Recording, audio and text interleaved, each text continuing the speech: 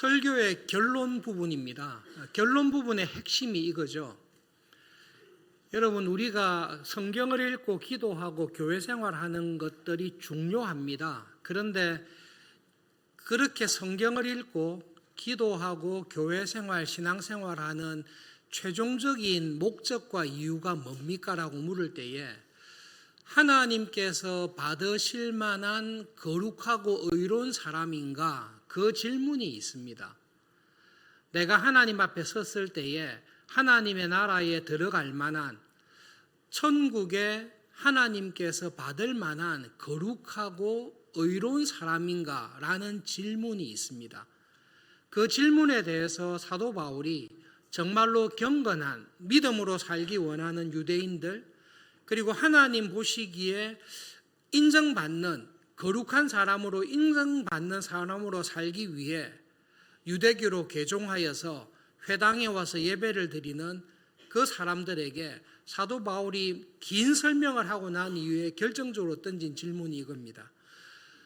우리가 하나님 보시기에 의롭게 되기 위해서 율법을 지킵니다. 그런데 율법을 잘 지킴으로써 하나님의 나라에 들어갈 사람은 아무도 없습니다. 율법을 잘 지킴으로 하나님 보시기에 선한 행위를 함으로써 천국에 들어갈 사람, 하나님께서 보시기에 어렵다 할 사람은 아무도 없습니다. 그것은 불가능합니다. 하나님 앞에 설수록 우리는 나의 죄를 발견합니다. 오히려 이 죄를 발견하는 사람의 특징이 있습니다. 하나님의 말씀대로 살기 원하는 사람들이 자기의 죄를 더 확실하게 발견합니다. 하나님의 말씀에 귀를 기울이십시오. 선행을 함으로, 착하게 삶으로, 교회 생활, 신앙 생활을 열심히 함으로 하나님의 나라에 들어갈 의로운 사람은 한 사람도 없습니다. 오히려 경건 생활, 믿음 생활, 율법을 지키면 지킬수록 내가 의롭다라는 것보다는 내가 하나님 앞에서 어쩔 수 없는 죄인이구나, 죄를 발견하게 됩니다. 이러한 소망 없는 우리를 위해 하나님께서 주신 구원의 길, 복된 소식이 있습니다. 그것이 나의 모든 죄를 예수님께서 담당하시고 죽으셨습니다. 그 예수님의 죽음을 통해 나의 모든 죄가 하나님께서 사해 주셨습니다. 내가 그 예수님 안에 있을 때에, 하나님께서는 나를 의롭다라고 칭해 주신다라는 말씀입니다. 사도 바울의 결론은 확실합니다. 이것이 복음입니다. 우리는 우리의 행위로, 착한 삶으로 하나님 앞에서 의롭다함을 받지 못합니다. 아무리 율법을 지키고 신앙생활을 열심히 한다 해도 하나님의 나라에 들어갈 의로운 사람은 없습니다. 오직 예수님의 십자가의 죽으심이 하나님 앞에서 나의 모든 죄를 사해 주셨습니다. 내가 예수님 안에서 살아갈 때에 하나님은 나를 의롭다라고 칭해 주십니다. 바울이 이 설교를 했을 때에 그 설교를 들었던 경건한 모든 유대인들은 이 말씀에 동의했을 것입니다. 정말로 하나님의 율법을 잘 지키고 말씀대로 살기 원했던 유대인들 중에 바울의 이 설교를 들었을 때 맞다, 내가 정말로 하나님 말씀에 순종하고 율법대로 살려고 애를 쓰면 쓸수록 나에게 죄가 많다는 것, 내가 이길 수 없는 죄가 있다는 것을 깨닫게 됩니다. 여러분, 제사를 많이 드려 보십시오. 제사를 많이 드리면 드릴수록 의로워집니까? 제사를 많이 드리면 드릴수록 내가 드리는 죄사보다 내 안에 죄가 많다는 것을 깨닫습니까? 그것은 마찬가지입니다.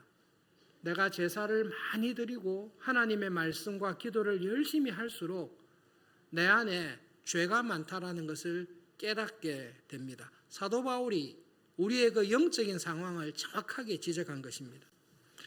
저도 주일학교 다닐 때는 하나님 앞에서 의롭다라고 생각하면서 살았습니다. 제가 주일학교 다닐 때 십계명을 읽을 때에, 목사님께서 읽으실 때에 저는 의로웠습니다. 저는 살인하지 않았습니다. 저는 간음하지도 않았습니다. 저는 도적질도 하지 않았습니다. 십계명을 읽을 때에 걸리는 것이 별로 없었습니다. 제1계명이 우상 숭배하지 말라고 하셨습니다. 저는 의로웠습니다. 저는 모태신앙이고 교회 말고는 다른 절에 간다든지 다른 종교를 믿은 적이 없습니다. 제가 다른 우상을 섬기거나 다른 종교를 가진 적이 없습니다. 그래서 주일학교 다닐 때 저는 나도 모르는 사이에 상당히 괜찮다. 나는 십계명을 하나님의 말씀을 잘 지킨다라고 생각하면서 살았습니다. 그런데 하나님의 말씀을 자세히 듣게 되었습니다. 저는 살인하지는 않습니다만은 마음에 미워하는 사람은 있었습니다. 경쟁하고 시기하는 사람도 있습니다. 나를 괴롭게 하거나 힘들게 한 사람을 함부로 대하거나 하찮게 여기거나 무시하는 태도를 가지고 있습니다. 율법을 자세히 들여다보고 하나님께서 원하시는 의의 기준이 어떤 것인지를 깨닫게 되었을 때에 저는 하나님 앞에 살인죄를 범하고 있다는 것, 하나님께서는 저를 살인자라고 간음을 행하는 자라고 도둑질하는 사람이라는 하나님의 기준 앞에서 죄인인 것을 인정할 수밖에 없었습니다. 저는 우상을 섬긴 적은 없습니다. 그러나 여러분들도 마찬가지겠지만 좋은 대학에 가기 위해서, 직장에서 승진하기 위해서, 그리고 나에게 큰 이익을 주는 중요한 문제 앞에서 주일 예배를 등한시 여기거나 신앙적인 결단을 내리는 일에 주춤하거나 혹은 타협하거나 포기하는 경험들이 우리들에게 있습니다. 하나님의 말씀을 잘 지키고 의롭다라고 생각했습니다. 그러나 하나님의 율법을 들여다보면 들여다볼수록 하나님께 가까이 가면 갈수록 내가 소망이 없는, 내가 이길 수 없는 죄가 내 안팎으로 있다는 것을 깨닫게 되었습니다. 사도 바울의 설교를 들었을 때에 유대인들 가운데 경건한 사람들, 참으로 경건한 사람들은 율법으로는 내가 아무리 믿음으로 살더라도 하나님의 나라에 들어갈 수 없다는 것을 절감했을 것입니다. 그들에게 하나님께서 보내주신 예수님은 정말로 복음이었을 것입니다.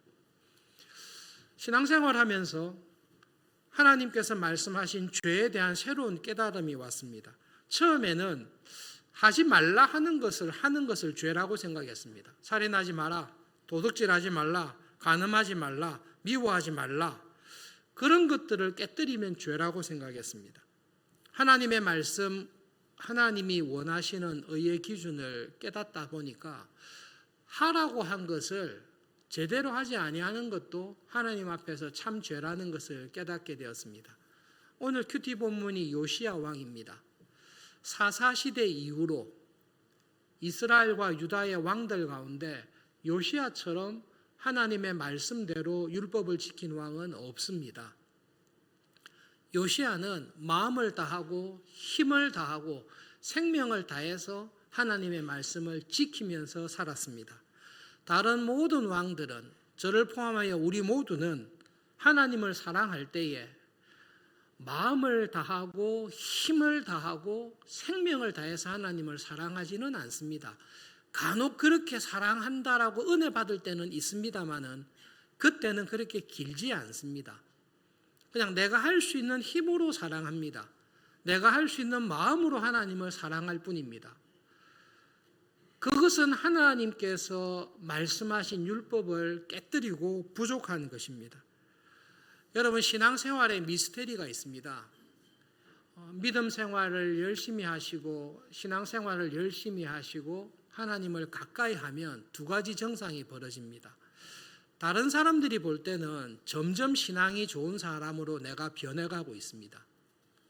일주일에 한 번만 예배드리던 사람이 주중에 나와서 하나님의 말씀을 배우고 주중에 나와서 하나님 앞에 기도하고 엎드리고 내 문제만 가지고 기도하던 사람이 소그룹의 식구들을 위해서, 어르신들을 위해서, 어려움 당한 사람들을 위해서 자기 일처럼 기도하는 사람으로 점점 변해가는 은혜가 있습니다. 그런데 여러분, 정말로 신기한 것은 겉으로 보기에, 다른 사람들이 보기에 점점 거룩하고 의롭게 살아갑니다. 그런데 그 사람은 하나님을 가까이 하면 할수록 하지 않던 기도를, 하지 않던 성경 공부를, 하지 않던 교회 봉사를 충성되게 하면서 깨닫는 것이 있습니다. 내가 하나님 앞에 여전히 부족하구나. 정말로 하나님 앞에 부족하구나. 이전에는 하나님께서 요구하시는 거룩함의 의의 수준을 몰라서 스스로 의롭다라고 착각을 했었구나. 정말로 빛으로 가까이 갈 때에 내가 몰랐던 어두움이, 내가 몰랐던 더러움이 내 안에 있다라는 것을 발견하는 것입니다. 사도 바울의 설교의 핵심이 이겁니다. 구약의 교인들에게 경건하고 믿음으로 의롭게 살기 원했던 사람들에게 딱 설교했습니다. 여러분, 의롭고 거룩하게 살기 위해서 열심히 애를 쓰지 않습니까? 무엇을 발견하셨습니까? 나의 의로움보다 내 안에 있는 죄가 더 크다는 것을 발견하지 않습니까? 율법을 지킴으로 하나님 앞에 의로운 사람, 천국에 갈 사람 우리에게 아무도 없습니다. 율법으로는 죄를 깨달을 뿐입니다. 우리에게 소망은 우리의 그 모든 죄를 덮으시는 독생자이신 예수님의 십자가의 보혈만이 우리를 하나님의 나라로 불러주십니다. 이것이 복음입니다. 하나님께서는 아담과 하와의 타락 이후로 처음부터 이 계획을 세우셨습니다. 그래서 자기의 아들 독생자이신 예수님이 우리와 같은 사람이 되셔서 우리 죄를 담당하셨습니다. 그 예수님을 믿는 믿음 안에 있을 때에, 예수님 안에 있을 때에 우리를 의롭다라고 칭해 주십니다. 여러분, 이 복음은, 이 사실은 신약에도 마찬가지입니다. 여러분, 혹시 우리 교회 교인들 가운데 여러분 스스로 생각하기에 내가 우리 교회에서 가장 신앙생활을 열심히 한다, 가장 기도를 많이 하고 가장 성경 공부를 열심히 하고 직분자로 섬김으로써 가장 봉사를 잘하고 내가 평생 선교지에서 평생 어려운 교회에서 목회를 하며 헌신하며 살았다고 할지라도 나의 모든 의롭고 경건한 생활 자체가 하나님의 의의 기준에 미치지 못한다라는 것을 우리는 발견하지 않습니까? 정말로 믿음으로 살아가는 사람들은 내가 아무리 내 몸을 불사르게 내어줄지라도 내 안에는 나를 드러내고 싶은 것, 다른 사람에게 주목받고 싶은 것, 내가 뛰어나다는 것을 자랑하고 싶은 인간의 욕심과 더러운 것이 항상 섞여 있습니다. 그래서 믿음의 선배들이 했던 중요한 잠언이 있습니다. 내가 가지고 있는 가장 뛰어나고 경건한 거룩도 하나님 앞에서는 냄새나는 걸레와 같습니다. 하나님이 원하시고 요구하시는 의의 기준에 미치지 못한다라는 것입니다. 교회 생활할 때에 특별히 우리가 믿음으로 살기 원하는 서울중앙교회 여러분, 이 수도사 헤론의 일화를 꼭 기억하시기를 바랍니다. 50여년간 사막의 수도사로서 금요교회 생활을 했습니다. 그리고 하루 종일 기도와 묵상과 믿음으로 살아가는 일에 헌신했던 사람이 수도사 헤론입니다. 요한 카시와니우스의 담화집에 나오는 여러 가지 일화들 가운데 참 중요한 일화인데요. 사람들이 찾아왔습니다. 사람들의 명성을 피해서 사막의 가장 깊은 곳으로 갔습니다. 보통 수도사들의 식사 양을 보니까 하루에 감자 한 개를 먹더라고요. 한 끼에 감자 한 개가 아니라 하루에 감자 한 개를 먹었습니다. 식량난의 문제를 다 해결할 것 같아요. 어떻게 하루에 감자 한 개로, 그런데 이게 생존하고 버티는 은혜가 있는 것 같습니다. 사람들이 찾아올 때에 더 적은 양의 식사를 하면서 경건하게 살았습니다. 50년이 지났을 때에 마귀가 헤론의 금욕생활과 경건을 보고 헤론을 시험하기 위해서 자기 밑에 있는 거짓의 영을 헤론에게 보냈습니다. 거짓의 영이 빛의 천사의 모습으로 헤론을 찾아가서 이야기했습니다. 너의 뛰어난 50년의 금욕생활, 너의 헌신적인 기도생활과 수도생활을 하나님께서 인정하셨다. 그리고 너의 이 경건과 믿음의 덕을 하나님께서 사람들에게 보이기를 원하신다라는 거짓말을 했습니다. 헤롯은 자신의 뛰어난 경건으로 인해 이 거짓의 영의 말이 하나님의 말씀인 줄로 스스로 오해하고 교만한 마음 가운데 그 말씀을 득습 잡았습니다. 시편의 말씀을 인용하면서 이야기했습니다. 네가 성 높은 곳에서 뛰어내려도 천사가 너의 발을 붙잡아 줄 것이다. 아무도 없는 한밤중에 헤롯은 깊은 우물에, 밑이 보이지 아니하는 깊은 우물에 그 말을 믿고 떨어졌습니다. 치명적인 부상을 입고 거의 죽게 되어 있는 상태를 수도사 형제들이 발견하여 구조했습니다. 헤롯은 구조받고 난 이후에 형제들에게 하나님께서 기적적으로 나를 치유하시고 나의 50년의 경건과 수도 생활과 금욕을 보시고 그것을 인정하셨다라고 이야기를 하고 다시 회복될 것을 이야기했습니다. 사흘 뒤에 죽었습니다. 교회사에 이런 글들을 읽을 때에 저도 당황합니다. 헤롯은 순교한 것인가? 영적인 교만에 의해서 심판을 받은 것인가? 50년간 평생 말씀대로 평생을 선교지에서 교회에서 경건한 직분자로 교인으로서 살았습니다. 마지막 순간에 사탄이 거짓의 영을 보내서 그의 마음을 부추겼습니다. 마지막 순간에 거짓의 영에 속아서 뛰어내리고 마지막 순간에 회개하지 아니하고 죽임을 당했습니다. 우리는 우리의 사람의 구원이 하나님의 주권적인 판단에 있다는 것을 믿습니다. 그러나 우리는 하나님의 말씀을 동시에 기억합니다. 평생을 악하게 살던 사람이 마지막 순간에 진심으로 회개하고 주님의 나라에서 저를 기억해 주십시오 라고 하나님의 은혜를 구할 때에 하나님은 그의 모든 죄를 용서하시고 구원하신다라는 말씀을 우리는 기억합니다. 똑같이 평생을 하나님의 말씀으로 살다가 마지막 순간에 자기의 믿음을 부인하고 하나님을 부인하고 죄에 빠져서 범죄할 때에 그의 이전의 모든 어려웠던 행동이 아무 소용이 없다라는 우리 하나님의 말씀을 기억합니다. 사탄은 이처럼 우리를 유혹합니다. 사탄은 이처럼 우리를 유혹합니다. 나의 경건과 믿음 생활과 충성이 하나님께서 기뻐하실 만한, 하나님이 받으실 만한 거룩하고 어려운 것이라고 우리를 시험합니다. 그러나 여러분, 예수님의 십자가를 통해 우리에게 주신 복음은 하나님의 의의 기준을 만족할 만한 선행, 믿음 생활을 하는 사람은 아무도 없습니다. 예수님밖에 없습니다. 그리고 그 예수님의 죽으심을 통해 은혜로 우리를 하나님의 자녀로 불러주시고 의롭다라고 칭해 주십니다. 그러므로 그것이 참 복음입니다. 목회자로서 우리 서울중앙교회 여러분들에게 꼭 권하고 싶은 말씀이 있습니다. 새겨 들으셔야 됩니다.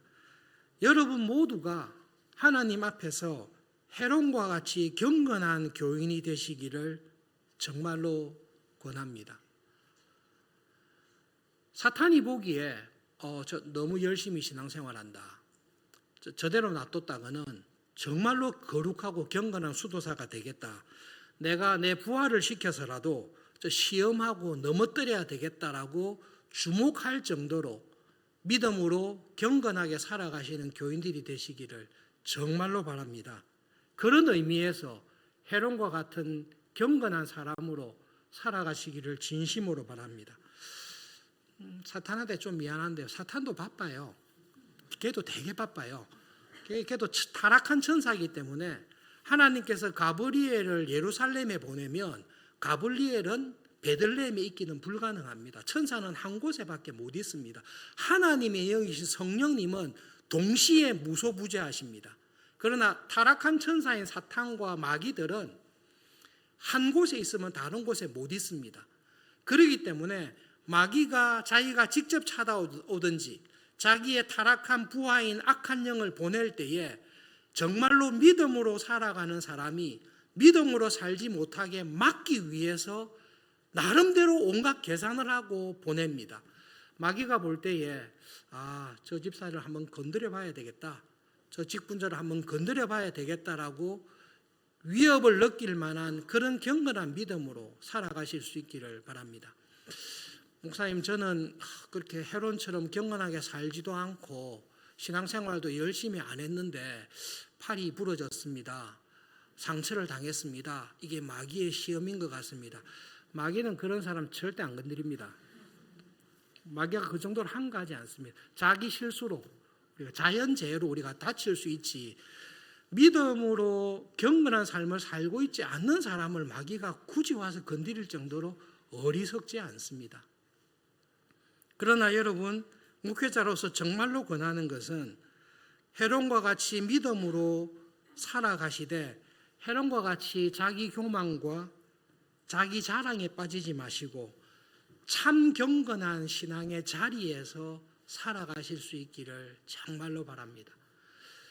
정말로 믿음으로, 정말로 충성을 다해서 경건하게 살아가는데 헤론과 같은 자기 자랑과 교만에 빠지지 않고 참 은혜 안에 살아가는 것은 어떤 것입니까? 여러분, 그냥 한 믿음의 사람을 생각하시면 됩니다. 예수님을 생각하면 너무 이렇게 우리가 동떨어질 느낌이 있으니까 제가 존경하고 사랑하는 성 프란시스코의 말씀을 그냥 기억하시면 좋겠습니다. 모든 사람이 가장 경건하다고 했습니다. 십자군 전쟁 때 프란시스코가 혼자 아랍의 군주에게 찾아가서 담대하게 했던 일들이나 그의 일화들을 쭉 읽어보시면 헤론을 능가하는, 헤론의 경건으로 붙잡을 수 없는 참 경건을 가지고 있는 사람이 프란시스코입니다. 프란시스코가 이 고백을 했습니다.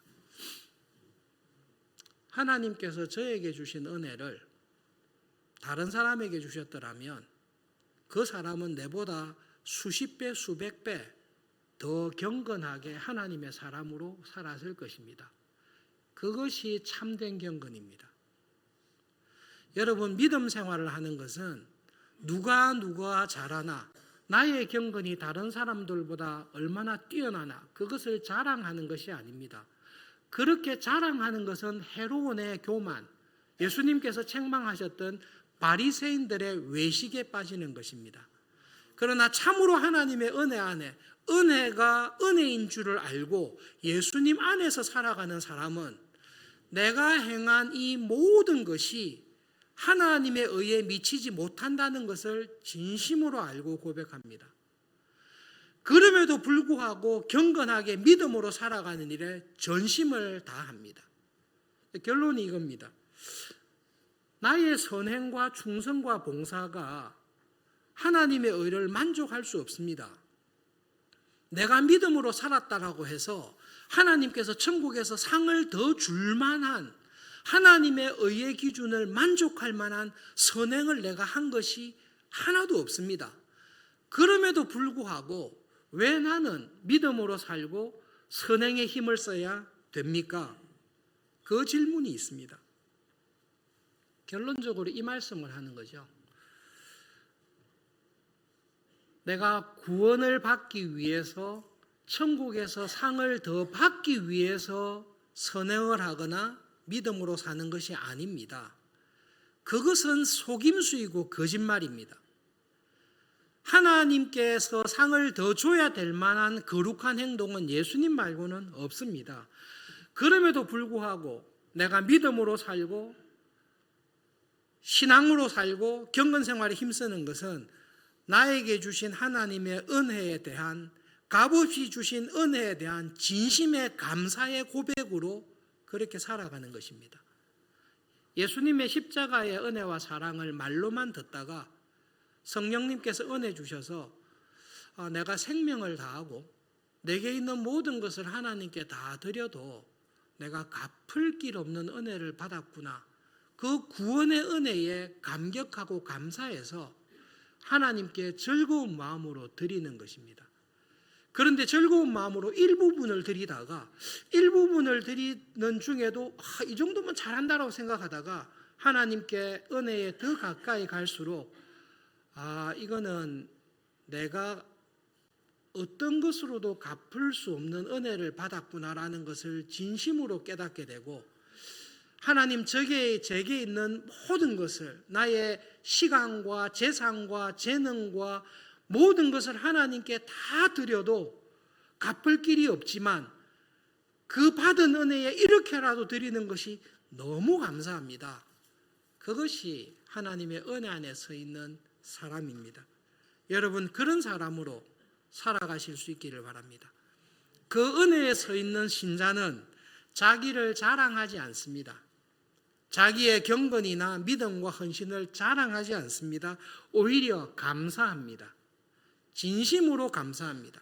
저 같은 사람을 불러주시고, 저 같은 사람을 직분자로 써주시고, 저 같은 사람을 하나님 나라의 일꾼으로 주님의 교회의 지체로 불러주신 것에 대한 감사가 점점 자라는 것입니다.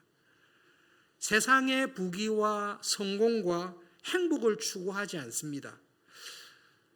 믿음 생활이 길어질수록 하나님의 나라가 이 땅에서 어떻게 이루어질 것인가? 주님께서 피로 세우신 이 서울중앙교회가, 이 교회가 어떻게 세상의 빛과 소금이 되고 하나님의 구원을 증거하는 교회로 설 수 있을까를 기도하면서 그 일에 저를 써주시기를 기도하는 사람이 됩니다. 여러분, 참 은혜 안에 있는 사람의 특징은 간단 결론이 이거예요. 정말로 하나님의 은혜 안에 서 있는 사람은 예수님을 닮아갑니다. 그 사람을 보시면 점점 예수님을 닮아갑니다. 그 사람을 자세히 보시면 하나님께서 하나님의 형상대로 사람을 만들었는데, 하나님의 형상대로 만든 사람이 저 모습이구나. 그것이 내 안에서 이루어지는 것입니다. 여러분, 이 은혜와 축복과 이 상급은 다른 어떤 것과 비교할 수 없습니다. 우리는 이런 이야기를 간혹 듣습니다. 이 땅에서 믿음으로 살고 헌신해서 살면 하나님 나라에서 큰 상급, 하나님 나라에서 엄청난 은혜 상급을 받을 것입니다. 그 은혜와 상급을 하나님께서 은혜로 주실 것입니다. 그런데 여러분, 내가 하나님께 받는 은혜와 상급 가운데 그 어떤 것도 내 안에 하나님의 형상이 온전히 이루어지는 것, 내가 생각하는 것이나 말하는 것이나 살아가는 것이 나를 볼 때에 분명히 내가 사는데 내 안에 예수님께서 충만하게 살아가고 있는 사람으로 바뀌는 것, 그것이 천국에서 누리는 가장 큰 축복입니다. 아무리 좋은 집에, 아무리 황금 보석이 찬란한 집에 살고 있어도 그 안에 살고 있는 내가 하나님의 형상이 없어지고 나의 영적인 교만과 자랑으로 뭉쳐져 있다면 그것이야말로 불행한 것입니다. 그러나 아무리 허접한 곳에 있다 할지라도 그곳에 예수님께서 나와 함께 계시는데, 예수님께서 내 곁에 계신 것이 아니라 예수님께서 내 안에, 내 인격 안에 온전히 계시는 것, 그곳이 천국입니다. 그 은혜와 소망을 가지시고 이 땅에서 남은 날을 살아가실 때 예수님을 닮아가시는 분들로, 하나님께서 사람을 저렇게 멋있게 만들었구나, 그런 하나님께 영광을 돌리는 사람으로 살아가시는 우리 모두가 될 수 있기를 바랍니다. 말씀을 기억하며 함께 기도하겠습니다. 하나님, 이 땅에서 믿음으로 살아가는 동안에 하나님의 형상을 저에게 온전히 회복시켜 주십시오. 점점 예수님을 닮아가는 사람으로 은혜를 주십시오. 세우신 우리 서울중앙교회가 하나님 마음에 합한 교회로, 하나님의 나라와 뜻을 증거하는 교회로 쓰임받는 교회가 되게 해 주십시오. 기도하겠습니다.